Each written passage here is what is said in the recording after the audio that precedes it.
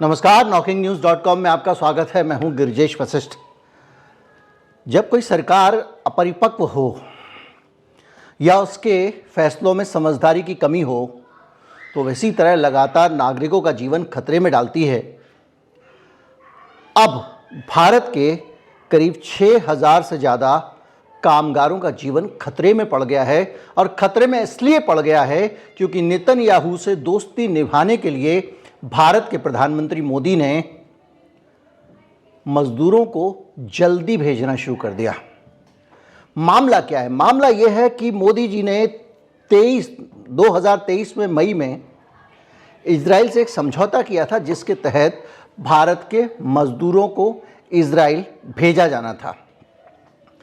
लेकिन जब इजराइल में युद्ध हुआ तो ये समझौता इसको लागू करने का काम तेज कर दिया गया और हालत ये आई कि दिसंबर में आपने देखा होगा खबरें, मैंने भी वीडियो बनाए थे कि युद्ध स्तर पे भारत सरकार ने मजदूरों की भर्ती की, भारत के कर्मचारियों की भर्ती की ताकि उन्हें इजराइल भेजा जा सके।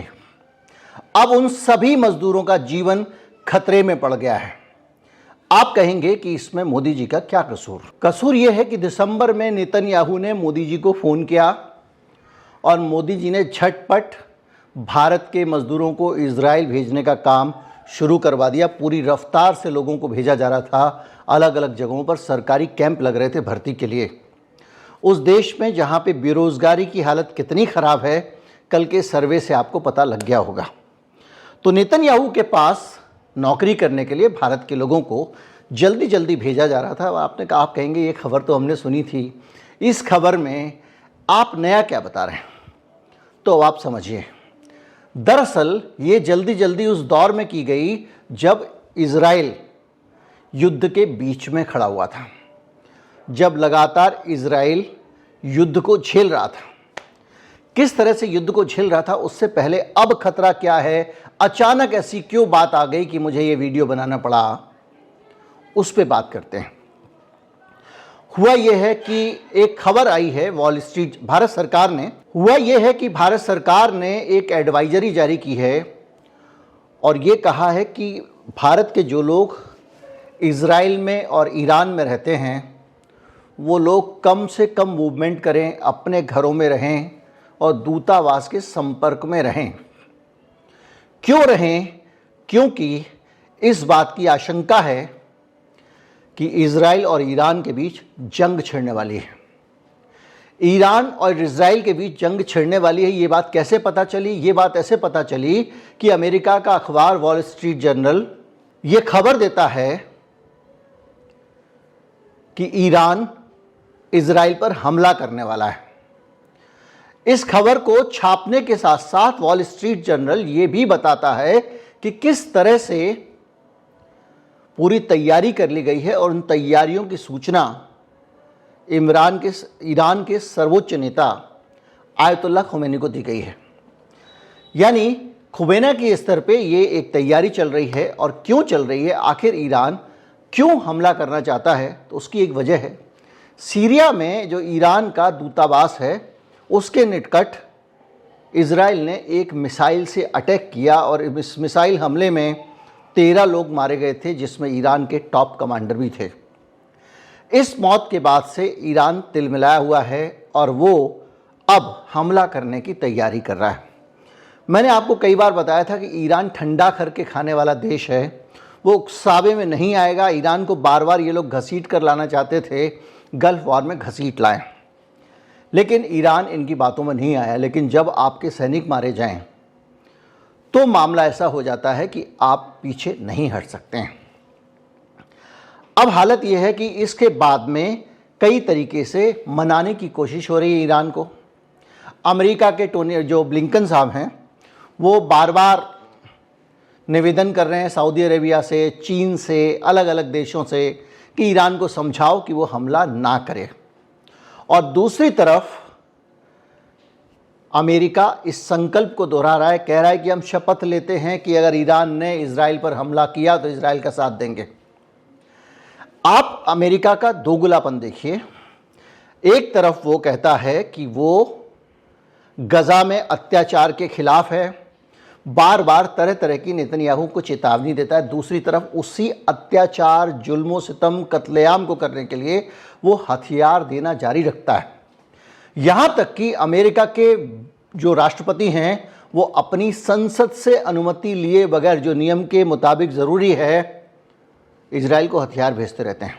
एक तरफ अमेरिका बोल रहा है कि हम इस युद्ध में साथ में, और साथ ही साथ जो सेंटकॉम है, सेंटकॉम यानी अमेरिका का सेंट्रल कमांड, उसके जो चीफ हैं माइकल कुरिला, वो इजराइल चले गए हैं ऑलरेडी, और वहाँ पर वो नज़दीक से पूरा इजराइल का जो ऑपरेशन है उसको देखेंगे, जैसे कि ये लड़ाई इजराइल की ना होकर सरकार की हो। और न्यूयॉर्क टाइम्स का कहना है कि वो हमले की स्थिति में इजराइल को गाइड करेंगे, आईडीएफ के अधिकारियों के संपर्क में रहेंगे।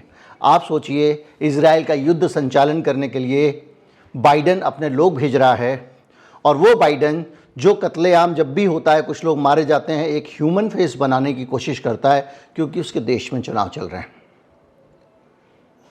और इस पूरे हालात के बीच में अगर हम भारत के ऊपर आएं, तो हमारे जो मज़दूर यहाँ से मोदी जी ने जिनकी जान जोखिम में डालकर जिनको वहाँ भेजा गया है, उनका जीवन खतरे में पड़ गया है। अब एक बात सोचिए, आप कहेंगे कि किसको पता था कि युद्ध हो जाएगा, किसको पता था कि वॉर हो जाएगी। तो ये मोदी जी का क्या कसूर हो सकता है, ये मन में विचार आता है। तो एक बात बताइए, क्या इजराइल शांत है? क्या इजराइल एक शांत क्षेत्र है?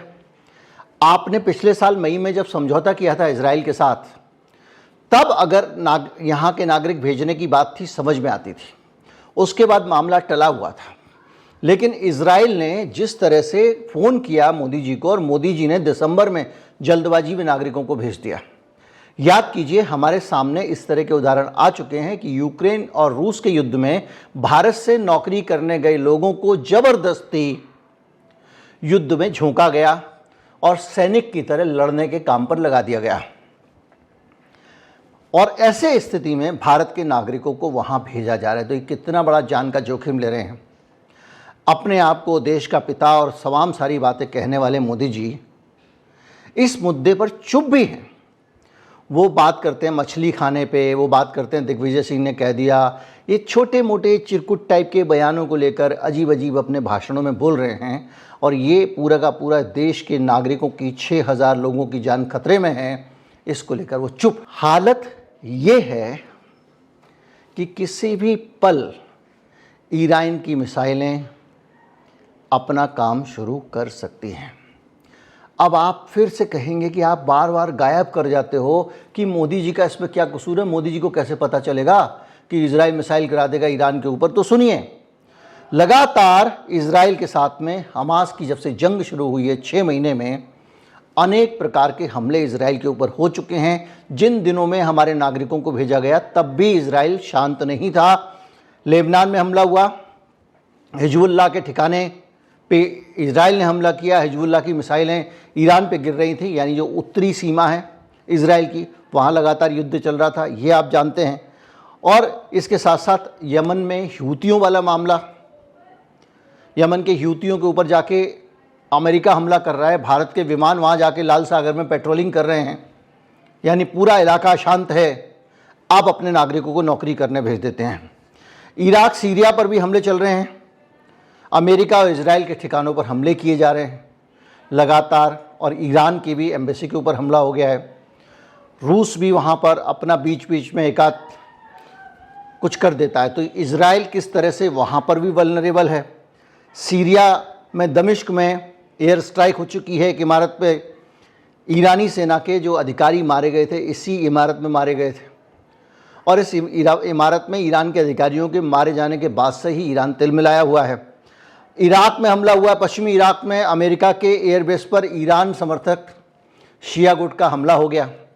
अब ये ईरान समर्थक है या जितने भी इस तरह के गुट हैं, उन सबके पीछे ये बता दिया जाता है आजकल पश्चिम लगातार ईरान के पीछे पड़ा हुआ, प्रतिबंध लगाया हुआ अमेरिका ने। तो वो ये समझाते रहते हैं हर बात में कि जो कुछ हो रहा है उसके पीछे सिर्फ ईरान जिम्मेदार है। तो जो भी ये जितने विद्रोही हैं, इन सबको कहा जा रहा है कि ये ईरान समर्थित हैं, ईरान इनको बैकिंग करता है। इवन जो हूती हैं, जो तमाम सारे समुद्री जहाज़ों वगैरह को डुबो रहे हैं, तमाम हमले कर रहे हैं, उनके पीछे भी ये कहा जाता है कि इनके पीछे भी ईरान का समर्थन है, ईरान की टेक्नोलॉजी है, उन्हीं के ड्रोन है वगैरह वगैरह। अरब सागर का मामला आप देख ही चुके हैं, और हूतियों के हमले भी इजराइल के अत्याचार के खिलाफ हैं, और उनके जो हमले हैं वो इजराइल के जो गाज़ा पर जुल्म सितम है उनके खिलाफ हैं और गाज़ा के लोगों के समर्थन में, यानी ये भी इजराइल से जुड़ा हुआ। तो जो इजराइल लगातार 6 महीने से आप देख रहे हो लगातार एक जंग में कूदा हुआ है, उस इजराइल के अंदर आप अपने नागरिक कैसे भेज सकते हो? मोदी जी से मैं सवाल पूछना चाहता था लेकिन पूछ नहीं सकता क्योंकि उनके कोई बच्चे हैं नहीं। क्या आप अपने बेटे को इस तरह से मरने के लिए भेज सकते हो? मैं इस देश के सारे नेताओं से पूछता हूँ, खाली मोदी जी इसमें शामिल नहीं है, देश के सारे नेताओं से पूछता हूँ, क्या आप अपने बच्चों को इस तरह के खतरनाक वातावरण में मरने के लिए भेज सकते हैं? भारत में रोज़गार मिल नहीं रहा है, इसका मतलब ये नहीं है कि आप इस तरह के रोज़गार में लोगों को धकेल दोगे। और उन लोगों की, उन परिवारों की मजबूरी समझिए जिनके ये बच्चे हैं, जिनको रोज़गार नहीं मिल रहा है, उनको लगता है वहाँ चले जाएंगे, थोड़ा बेहतर पैसा मिल जाएगा, ज़िंदगी बन जाएगी, कोई बात नहीं, जान का खतरा है तो। लेकिन क्या सरकार की कोई जिम्मेदारी नहीं है? कुछ लोग आप में से पूछ सकते हैं अभी कि जो लोग जा रहे हैं वहाँ नौकरी कर रहे हैं, उनको नहीं पता कि इजराइल में वार हो रहा है। तो नागरिकों की अगर रक्षा करना सरकार का कर्तव्य नहीं है तो हेलमेट न लगाने पर चालान करने का अधिकार सरकार को कहाँ से मिलता है? क्या यहाँ ये सवाल लागू होगा कि मुझे पता नहीं है कि हेलमेट नहीं लगाऊंगा तो मर जाऊंगा, तब सरकार जबरदस्ती मुझे क्यों रोकती है? मुझसे क्यों कहती है हेलमेट लगा के जाओ? सरकार सीट बेल्ट अनिवार्य क्यों करती है? उससे किसी दूसरे को खतरा तो नहीं है, मुझे है ना। इसलिए करती है कि भारत के सभी नागरिकों के प्राणों की रक्षा करना सरकार की जिम्मेदारी है। और ऐन चुनाव के बीच में जिस तरह से भारत के लोगों को जो खतरे में डाला गया था वो चीज़ ये एक्सपोज हुई है, ये अपने आप में बड़ा सवाल है। चीन को लेकर न्यूज़वीक पे जो इंटरव्यू दिया है मोदी जी में, उसको लेकर विवाद पहले से ही चल रहा है, क्योंकि वहाँ पर भी जितने सैनिक मरे हैं उनकी कुर्बानी की बात छोड़कर सीमा विवाद का हल निकालने के लिए चीन से बातचीत करेंगे की बात कर रहे हैं। लगातार इन 10 सालों में जगह जगह से सीमाओं पर अतिक्रमण होता रहा। मैं आपको इतिहास बता चुका हूँ कि जब जब आरएसएस की सरकार आती है या बीजेपी की सरकार आती है, क्योंकि कभी जनसंघ के नाम से या किसी नाम से आती है, तब चीन की हिम्मत बढ़ती है और वो हमारा कुछ इलाका दबा लेता है, चाहे वो अटल जी का इलाका हो या कोई और इलाका हो। 61 की लड़ाई के बाद से भारत ने चीन को घास डालना बंद कर दिया था, उससे बात करना बंद कर दी थी और चीन एकदम रास्ते पे आ गया था। जैसे ही अटल जी विदेश मंत्री बने, चीन के साथ प्रेम प्रसंग बढ़ गया, चीन की यात्राएं होने लगीं, चीन के साथ स्पेशल कोऑर्डिनेशन ग्रुप बना दिए गए, ब्रजेश मिश्रा उसका हिस्सा थे, और उसके बाद में चीन ने फिर धोखे दिए लगातार। और बाकी लोगों को चीनी एजेंट बोलते हो आप, पेमेंट आ गई क्या वगैरह वगैरह लिखते हैं। तो सोचने की बात यह है कि क्या भारत के लोगों का जीवन इतना सस्ता कर दिया इन लोगों की राजनीति ने? वो नेतन्याहू जिसको उसके अपने देश के लोग अगर मौका पड़े तो कल बाहर निकाल दें। सड़कें भर रही हैं भीड़ से नेतन्याहू के इस्तीफे की मांग को लेकर। दुनिया में शायद ही कोई ऐसा देश होता हो जिसमें 10% आबादी सड़क पर खड़ी हो जाए और राष्ट्रपति का इस्तीफा मांगे। वो नेतन्याहू अगर वहाँ है तो अमेरिका के अपने ताकत के कारण है, और वो नेतन्याहू उसकी चमचई में हमारे यहाँ के जो सेवक जी हैं वो लगे रहते हैं, और उसका नतीजा ये है 6000 लोगों को खतरे में डाल दिया गया। अब अगर आप इसको कल्पना करें तो इस देश में किस स्तर तक जाकर हमारी लीडरशिप ने क्या क्या समझौते किए होंगे, क्योंकि इजराइल के साथ याद कीजिए, समुद्र के बीच पे खड़े होके पानी की मशीन से पानी निकाल के हाथ में गिलास लेकर मोदी जी ने कौन सा समझौता किया था, और उस समझौते के बीच ही पैकेज डील में पेगासस खरीदा था। एक मोबाइल में फिट करने वाले सॉफ्टवेयर के लाखों रुपए दिए थे, एक केवल ऐप डालने के, और उसको डाल के भारत में किसकी जासूसी नहीं की गई? पत्रकारों की, नेताओं की, राहुल गांधी तक को नहीं छोड़ा गया, बीजेपी के बड़े नेताओं को नहीं छोड़ा गया। तो ये लोग हैं जो हमारा देश आज संभाल रहे हैं, और वो भारत के लोगों की कितनी परवाह करते हैं, भारत के लोगों से उनका कितना संबंध है, ये आप आसानी से समझ सकते हैं। और इन पूरे हालात के बीच में भारत में एक बार फिर से आंखें खोलने का वक्त है कि भैया पूरा देश एक आदमी, उसके दोस्तों, उसकी हसरतों, उसके अमीर शौक़ों के लिए जी रहा है क्या? क्या इस देश में दुकान वाला इसलिए दुकान चला रहा है कि एक आदमी उसके टैक्स से ऐश कर सके? क्या इस देश का कर्मचारी इसलिए मेहनत कर रहा है कि एक आदमी चमक सके, उसके पोस्टर्स छप सकें? क्या इस देश के पूरे मज़दूर, किसान इसलिए काम कर रहे हैं कि एक आदमी पोस्टरों पे चमकता रहे? ये सोचने का विषय है। क्योंकि अगर एक भी संबंध मोदी जी ने 10 साल में किसी दोस्त के साथ खराब किया होता, चाहे वो पाकिस्तान है, कोई भी है, कोई भी दोस्त भारत के लोगों के लिए, तो आज कहा जा सकता था कि भाई मोदी जी देशभक्त हैं। गौ सेवक, गौ भक्त वाले लोग, मछली खाने पे विवाद करने वाले लोग, उन लोगों से चंदा ले रहे हैं जो बीफ एक्सपोर्ट करते हैं। जो आदमी आपको सैकड़ों करोड़, हज़ारों करोड़ चंदा दे रहा है, वो आदमी कितने जानवरों को काट चुका होगा उस कमाई को हासिल करने के लिए जो उसने भारतीय जनता पार्टी को दी है। चिंतन का विषय है। बहरहाल जो भी है, दुआ कीजिए ऊपर वाले से कि ये 6000 लोग गए, क्योंकि ऊपर वाला ही है ये सिर्फ हमारे लिए। पापा, वॉर रुकवादी, पापा, ये सब बातें जो हैं ये सब विज्ञापन की बातें हैं। आज 6000 लोगों का जीवन उस व्यक्ति के एक गलत फैसले के कारण खतरे में पड़ा हुआ है, जो व्यक्ति वॉर रुकवादी पापा वाले वीडियो बना बनाकर झूठा श्रेय बटोरने में लगा हुआ था। उम्मीद करता हूँ वीडियो अच्छा लगा होगा, ज़्यादा से ज़्यादा लोगों तक पहुँचाएँ, चैनल को सब्सक्राइब कर लें। नमस्कार, जय हिंद।